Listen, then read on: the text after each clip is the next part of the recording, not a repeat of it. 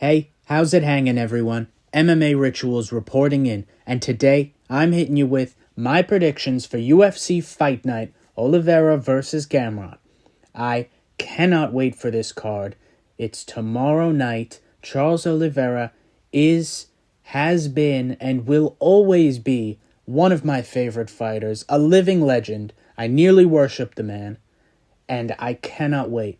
If Gamrot beats him by a boring stinkfest decision, my mental health will be in the gutter. But anyway, let's start the first fight of the night. So, now, this is supposed to be a bantamweight fight, but Simon Oliveira missed weight. So first up, Luan Lacerda versus Simon Oliveira. These guys are both bums. It's true, they're both tomato cans. Both of them are on losing streaks. Both of them are Brazilian. That's kind of all you gotta know.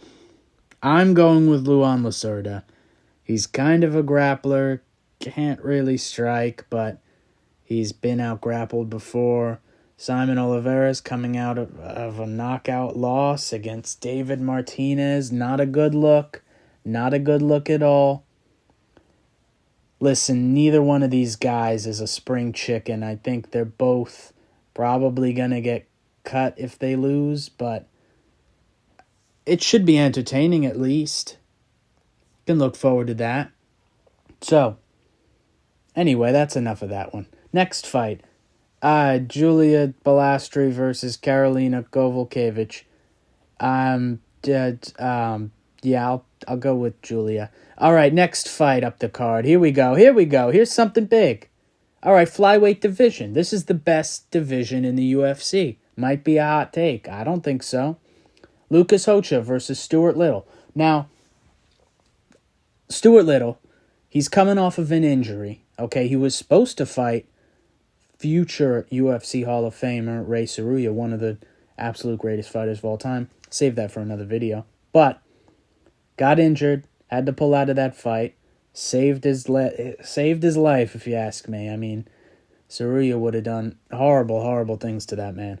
But anyway, he's got a much, much more approachable matchup in this one against Lucas Hocha. Now, Hocha's a teeny tiny flyweight. He's a Joshua Van-sized guy out there. He really is. Hocha's a striker. Stuart Little's a grappler. Stewie, you know. I call him Stewie. But here's the thing. Lucas Hocha's last fight, he just got bullied on the ground. He really did. He really did. And Stuart Nickel, Nickel, where'd I get that name? Bo over here? Stuart Little, this guy over here, this Australian, this Aussie guy, he's going to grapple. He's going to grapple, we know that. We know he's going to grapple. It's all he's going to be looking for. He's not going to strike with this guy. And Hocha's too small. He's not going to be able to stop the takedowns. I don't think he's going to get submitted. Carpenter submitted Hocha in his last one. I don't think old Stewie here's got the slickness on the ground to find a sub. But Nickel by decision seems pretty... Well, I keep calling this guy Nickel. What's wrong with me? Little here, he's going to get this one done. Trust me. I know flyweights, okay? This is my division. These are my guys. Stuart Little's going to get this one done. Decision. Moving on, we got this Mosquito Girl versus... what's this, Russian Ronda, right? Yeah, I'll go with Mosquito. Okay, moving on. Here we go. Big boys, heavyweight division. Vitor Petrino versus Thomas Peterson. Now, Peterson's just dreadful. He really is. He's not a fighter that's fun to watch. He's not. You don't want to watch him fight. Now, Vitor Petrino, he is fun to watch. He is. But he's terrible. He couldn't handle light heavyweight, got subbed by Anthony Smith, got chinned, sent down to the depths of the underworld by Dustin Jacoby. That was a brutal, brutal knockout. I can still picture it in my head like it was yesterday. That's crazy. That was a brutal knockout. Anyway, he is coming off of a win. He's coming off of a submission win. But I don't think he's going to be grappling with Thomas Peterson. Peterson is basically a pure grappler. All he's going to do is look to stall, hug you up against the cage. Not really a finisher. Isn't really known for much of anything other than trying takedowns and holding you against the cage. I think Petrino can knock him out. Anyway, heavyweight isn't really deserving of that much of our time. So let's move on here to another banger. Another flyweight banger. Here we go. Jafel Filho versus Clayton Carpenter. Oh, man. I'm excited for this one. There's a chance this one could be an all-time super stinker, though, I have to say. If Filho just accepts guard, lays on his back, trying opportunistic subs while Clayton Carpenter grits out of them, and plays it safe, this fight could suck. It's true, it could. It absolutely could. But I like Carpenter. I think he's also a creative grappler. It's not just Filho who's going to have the sub-attempts in this one. I can't wait to see these scrambles. I hope these guys don't gas. Filho, got submitted by Makayev in that third round, but was doing good against Makayev. Arguably could have been winning those rounds. He's 2-2 in the UFC right now. Carpenter's coming off of a loss to Tagir. But I liked that fight for him. I thought that fight was close. Now, it's not saying a lot because Tagir did also just have a real razor-close fight with Azat Maxim. But listen, I like Carpenter. I believe in him. I'm going to pick him here to win a decision over Filho. Filho's good. He does have 2 wins. Also got 2 losses, coming off of a loss right now against Nascimento. But I don't think he's going to get back in the win column. I'll take Carpenter here. Next fight, we got Lucas Almeida versus Michael Aswell. Michael Aswell Jr. I didn't know he was a junior. Well, anyway. Michael Aswell is going to lose. He's terrible. Now, I've watched this guy's Contender Series fight against Bogdan Grad. I've watched his fight against that the guy from Belgium. He just fought Mason Jones. What was his name? Balaji Oki, the Zulu Warrior. Now, the problem with Oki is that he fights to his level of competition. When he fights Michael Aswell or Timmy Kwamba, he goes out there and he looks like Leon Edwards. But when he's fighting Chris Duncan in the first round, he's doubling him on strikes, taking him down at will, looking like a future champion. When he's fighting Mason Jones, knocking him down, nearly finishing him in round 1, looking great, then he gasses. We're not talking about Balaji Oki. Sorry to go on a side tangent here. But anyway, I'm just ranting. But Aswell's terrible. This guy does not belong in the UFC. He lost to Bogdan Grad. I think that fight was a split decision, if I recall. It was on Contender Series last year. I think it was a split decision. They called him on short notice. He should never have gotten this call. He should not be in the UFC. He absolutely should not. Lucas Almeida is going to knock this guy out. I don't care that Balaji Oki couldn't finish him. That's what I was bringing this back to, is that I knew I had a point there. Oki's the kind of guy, when he knows that he's ahead, he's not going to push. He's not going to. So he's not going to finish a guy like Aswell because Aswell's a bum, just like he couldn't finish Kwamba. But when he's fighting better guys, he looks better. That's how he works. Now, the thing with Almeida is that I don't see that happening. I just don't. I think Almeida... Wow. That was terrible. Sorry. I think Almeida knocks him out in 1 round. 1 or 2. 1 or 2. Give me one. Give me one. Let's live dangerously. Give me one. 1 round, he knocks him out. Now, main card. Oh, here we go. Here we go. Next fight up the card. Ricardo Ramos versus Con Offley. I love Ricardo Ramos. I'm excited for this fight. I really am. He's coming off of a loss, but I don't care. This is my guy. This is my guy. These are my kinds of fighters. Slick BJJ, creative grappling, and god-awful striking. I can't explain it. It's just one of my favorite archetypes. I know everybody hates him. I know everybody hates him. Claudio Boyes, he's another one. He is. I love him. I can't explain it. Ray Saruya, you could throw him in that category too, right? I was glazing him before. I don't know what it is about these guys. Now, Ricardo Ramos, he does have the X factor on the feet. That's his thing. He's got his spinning back elbow. It's a beautiful strike. He's knocked out Ayman Zahabi with it, which is a great win, to be honest. At the time, maybe not so much, but now, that's aging like wine. Aging like wine. Then he knocked out Danny Chavez with it, too. It's legit. Now, I know this could be a stretch, but honestly, I'm going to take Ramos by another spinning elbow KO here. I see this fight being real stale in the first round. I think after 2 back-to-back losses, Ofli's going to play it real safe. He's going to go for a takedown.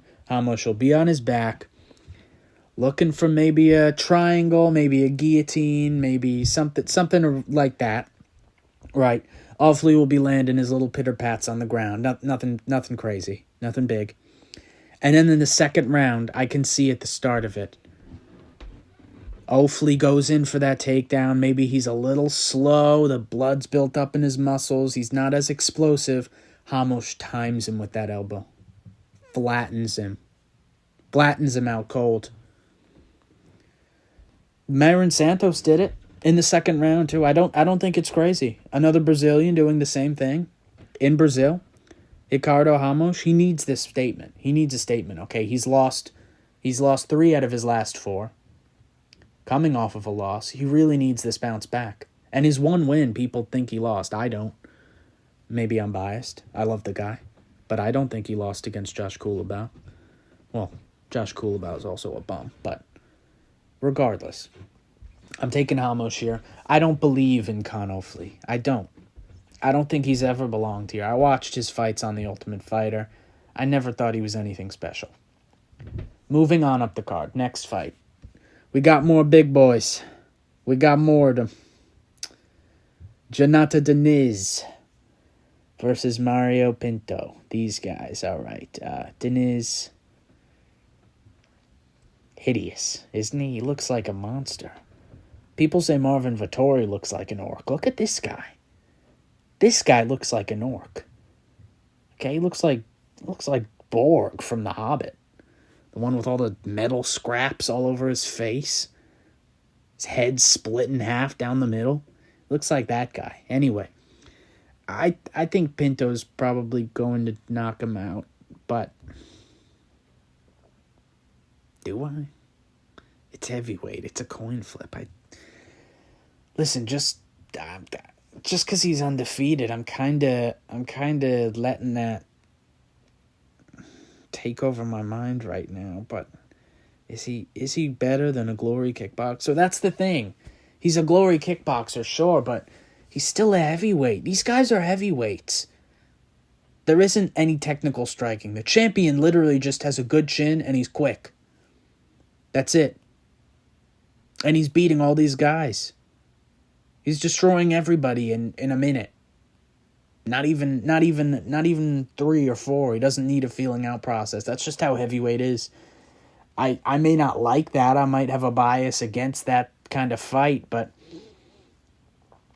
I'm not going to let that cloud my judgment on that. This could just be whoever lands first, and I think Pinto's faster. So I'm going to go with that. Diniz, he doesn't seem as quick. He might have more power, but I think Pinto's a little quicker. He'll land the punches first, and I think that's what's more important here. He's also got some range. So I'm going to say Pinto. It's not confident, though. I have no confidence in this pick. Now, moving up this card, we've got Vicente Luque versus Joel Alvarez. Now, I've been a huge Joel Alvarez fan ever since I watched the sport. Started watching the sport, is what I meant to say there. I also used to like Luque. Not a whole lot. He was never a personal favorite, but he's always in good fights. That doesn't matter here. Joel Alvarez is going to absolutely destroy Vicente Luque. This is my most confident pick of the card. I don't look at odds. I'm not a gambling man. I don't bet. But I would probably say he's the biggest favorite on the card without seeing them. That would make sense to me. I feel like that makes sense to most people. Alvarez has the lighter man skill advantage. He's faster, got a better chin, more power, more range. The only way I can see him truly losing this fight is if that extra weight that he added to move up to welterweight was added incorrectly, and he's unable to finish Luque in a round. Maybe there's a chance that he gasses out here and Luque can exploit him late.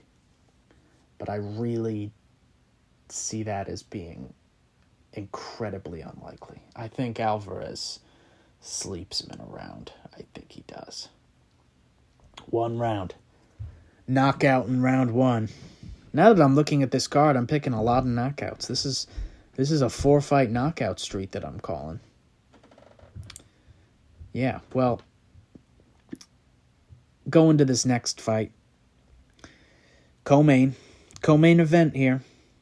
Davison, God of War Figueiredo versus Montel Jackson. Here we go. This is a good fight. I like this fight. I'm going with Figueiredo, but there's some hesitation because Montel Jackson is way bigger. Way, way bigger. He's rangier. He's younger. He's faster. He's probably got more power. I mean, Figueiredo was a powerhouse at 125, and he certainly carried the power up to 135, but I just don't think he has as much one-punch knockout power as Montel Jackson. Although Jackson's kind of a knockdown merchant. I mean, he doesn't really get knockouts other than Damon Blackshear. But that's my issue with this. So, Montel Jackson, his last fight was atrocious. It was atrocious. Daniel Marcos.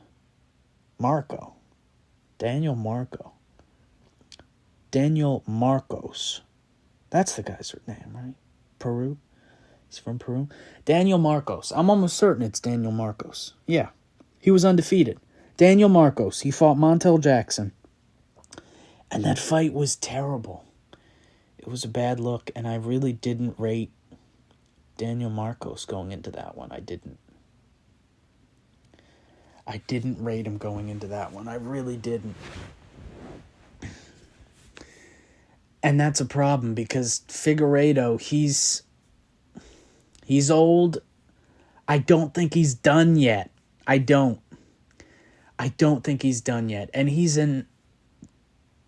This could be biased because I spent the better part of 5 years watching this guy fight, rooting for him in every single one of those fights. All 4 against Brandon Moreno. All of his fights through the bantamweight division once he moved, except when he fought Jan. I did root for Petr Yan to beat him, but I'm a huge Figueiredo fan. I love this guy, I really do. I don't think he's done. And when we look back at his legacy, am I picturing a 3-fight loss streak here? And the third name on it is Montel Jackson. I'm not. I just need you to picture this. Petr Yan, right, lost, clean. UD, I think Yan lost the first round, but other than that, it was clean. That's a fine loss. That's a good loss to have, Petr Yan. Then Corey Sandhagen finishes him. It was an injury, but to be fair, after listening to Corey explain it, he clearly knew what he was doing. He inflicted the injury. So I think that's a valid TKO. Does he really lose this fight to Montel Jackson? I don't think so. I don't think he loses. it's hard because when I look at this logically and I try and use rational decision making, it's hard to argue how Figueiredo wins because Jackson has all the attributes: the speed, the power, the height, the reach, the age, the momentum. Jackson has everything going for him right now. I just don't think Figueiredo's done yet. I hate that I'm saying that again, I'm sorry, but it's just how I feel. It's hard for me to picture this fight. I might be in denial. This might just be denial that I just don't want him to lose this one. I just don't want Figueiredo to be done. It could be that. But I'm still picking him.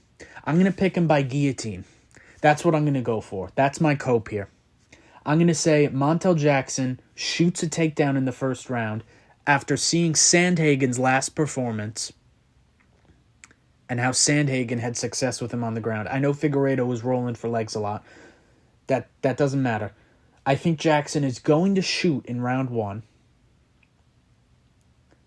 And Figueiredo has a violent guillotine.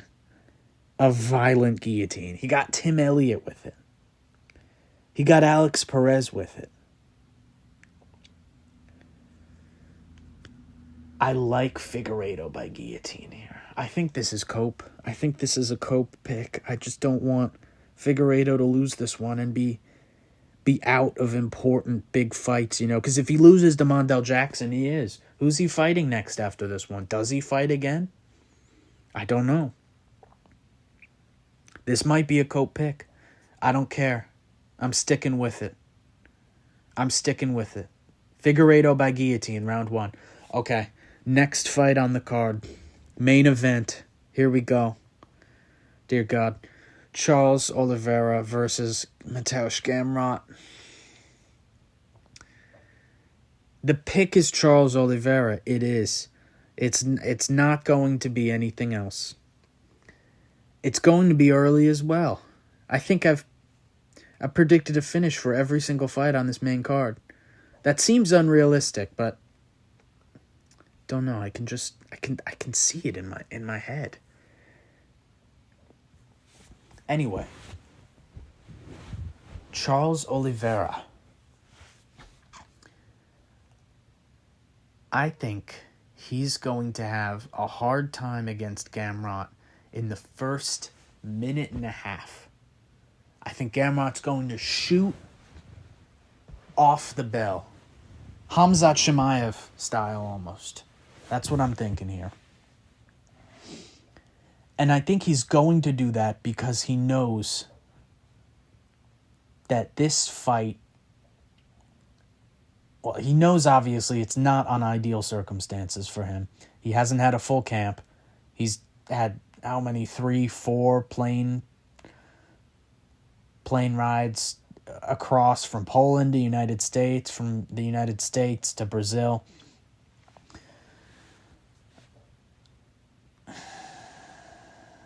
I think he's going to come out too aggressive, look good early, maybe get like some nasty ground and pound on Charles, huge punches, big elbows, something like that.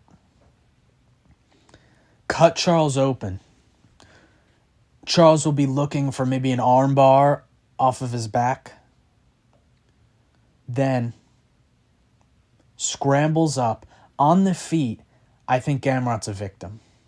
I think he's a victim to Oliveira here. Now, he's usually not a victim to everybody. He has decent stand-up. I know people clown on him for his bad stand-up because it's simplistic. He's just a lot of straight punches. But he's got good basics. He gets hurt a lot. But he's never been finished by knockout. Beneil Dariush landed an all-time shot on him. I think Garam dropped him. RDA dropped him for sure. Hooker dropped him in their fight. Jalen Turner dropped him. This guy gets dropped in almost every fight. Almost every single one. And he never gets finished. But I think here, the difference is that Oliveira can hurt Gamrot on the feet And then while he's hurt, instead of swarm for a TKO, where other fighters will get crowded by Gamrot, the punches will get suffocated, they won't be able to get off the necessary shots to really secure the win and finish the fight via TKO once Gamrot's hurt. I think Oliveira will jump for a sub, and if Gamrot's hurt, that gives him the opportunity to lock something in tight, and if it's round one, he's not exhausted, they're not slippery yet with sweat, I think Oliveira will get a sub towards the end of round one after hurting him on the feet. It's hard to argue this fight for Gamrot, yet this one's still really scary for Oliveira. I mean, it's just that every single Charles Oliveira fight is scary. But this one's particularly bad. I mean, he's coming off of the vicious, devastating, demoralizing, dehumanizing Ilia Topuria knockout. I mean, that just... Rewatching that fight, it's like just having a dementor suck your soul out. I mean, it's... honestly, I don't think there's much worse than watching that. It's horrific. I mean, the guy... Oliveira is like a superhero. It's like watching somebody do that to your best friend or your brother or your father or something. It's just horrific. I do like Topuria. I'm not hating on him. It's just who he did it to, but it's hard. Everybody wants him to win here. Unless you're Polish, I guess. But everybody wants him to win here. This is his big comeback fight. And if you look at fighters' records, you'll notice after Charles lost to Makhachev, he's been a pattern fighter. There's something interesting that I get really into which is patterns in a fighter's record. I first started noticing it with TJ Dillashaw, where he had this strange pattern where he wins 4 fights and then he loses 1. And if you look at his record all the way up until, I believe he lost to Sandhagen, and then Aljo, of course. But in his prime... Oh, no, he didn't lose to Sandhagen. He won, didn't he? But he should have lost. Yeah, that was a robbery. But his whole record is a pattern. He wins 4 fights, then he loses 1, right? So Charles Oliveira, he started this pattern where after his huge win streak that Islam Makhachev stole from him, he loses to Islam, he beats Beneil. He loses to Arman, he beats Michael Chandler. He loses to Ilia Topuria. Is this a silly way of picking fights? Yes. Is it still something small that exists inside my brain? Yeah. Also, yes. That's true. It's something I think about. And it's just another thing, like with the last fight. Figueiredo versus Jackson, Oliveira versus Gamrot. When we are looking back on these legendary fighters' records in 4, 5, 6 years' time, even 10 years' time, and we're looking back at these absolute legends, these Hall of Famers, these former champs who we loved and adored so much, are these really names on the record that I can picture as losses? I don't think they are. I don't think Gamrot's that guy. I don't think he is. I'm taking Charles to submit him at the end of round 1. This is probably a popular take. I'm sure everybody's saying that Gamrot gets hurt every fight. Charles is going to hurt him on the feet. Jump for a sub. It's an easy prediction, it is, but I'm still going with it. It's just what I see. It's just what I see. And I got to stick to it. I love Charles. I'm going to be rooting for him. I'm going to probably bawl my eyes out if he wins. Going to probably bawl my eyes out if he loses. But I can't wait for these fights. Regardless, thanks for tuning in. I really appreciate it. Remember to like, comment, subscribe, share my videos, share my channel. I know this is only my second video, and if you are listening to this and you enjoy how I talk about these fights, please support me. I want to make this channel grow. I want to build a community here. So thanks so much for listening to the end if you have, and have a great night. Enjoy the fights tomorrow. Thank you.